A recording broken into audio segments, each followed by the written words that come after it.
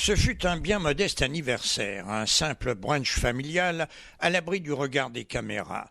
Pas de Beyoncé pour chanter Happy Birthday, comme le fit en son temps Marilyn Monroe pour John Kennedy.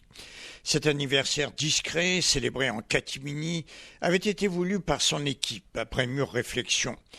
Ses conseillers s'efforcent de ne pas trop mettre l'accent sur son âge.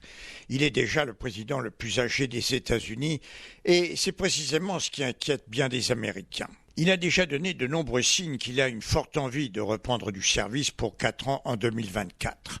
Mais quand donnera-t-il une réponse définitive ? C'est mon intention de me représenter. Ça a été mon intention, quels que soient les résultats des élections. Je prendrai probablement ma décision au début de l'année prochaine. Le sujet sera certainement abordé ce jeudi de Thanksgiving, que la famille passe chaque année sur l'île de Nantucket, au Massachusetts, et l'opinion de son épouse, Jill, pèsera lourd dans sa décision. Parmi les facteurs qui l'incitent à se représenter, l'annonce de Donald Trump le 15 novembre n'a pu que fortifier l'envie de cet Irlandais au sang vif de remonter sur le ring pour le match revanche. Pour rendre sa grandeur et sa gloire à l'Amérique, j'annonce ce soir ma candidature à la présidence des États-Unis.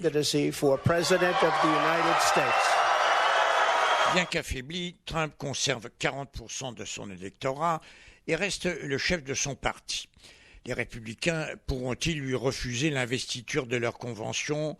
Probablement pas, et si tel est le cas, Joe Biden est le meilleur choix pour l'affronter et le battre. La classe politique démocrate est perplexe. Doit-elle le soutenir ou sélectionner quelqu'un d'autre ? Mais qui ?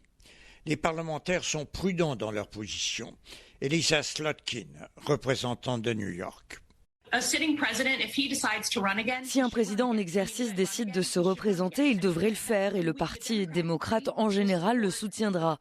Je pense que beaucoup d'entre nous veulent voir s'élever de nouvelles voix dans le parti et pas que pour la présidence. Le Congrès a besoin de 109. Les 3 principaux postes à la Chambre étaient jusqu'à maintenant occupés par des octogénaires. Adam Schiff, qui siège à la commission d'enquête sur l'assaut du 6 janvier au Capitole, penche pour un second mandat de Biden.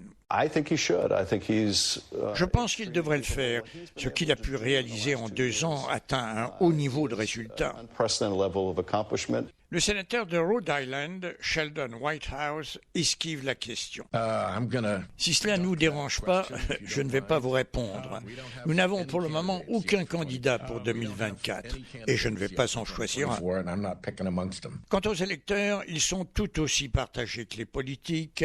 Sur l'ensemble des votants du 8 novembre, 67% souhaitent qu'il se retire, alors que chez les démocrates, 52% sont favorables à une seconde candidature, alors que 48% s'y opposent. La crainte de beaucoup, c'est que si Trump ne reçoit pas l'investiture de son parti, il soit remplacé par le jeune et dynamique gouverneur de Floride, Ron DeSantis, 44 ans, qui a pulvérisé son rival démocrate Charlie Crist en le battant de plus de 10 points au début du mois.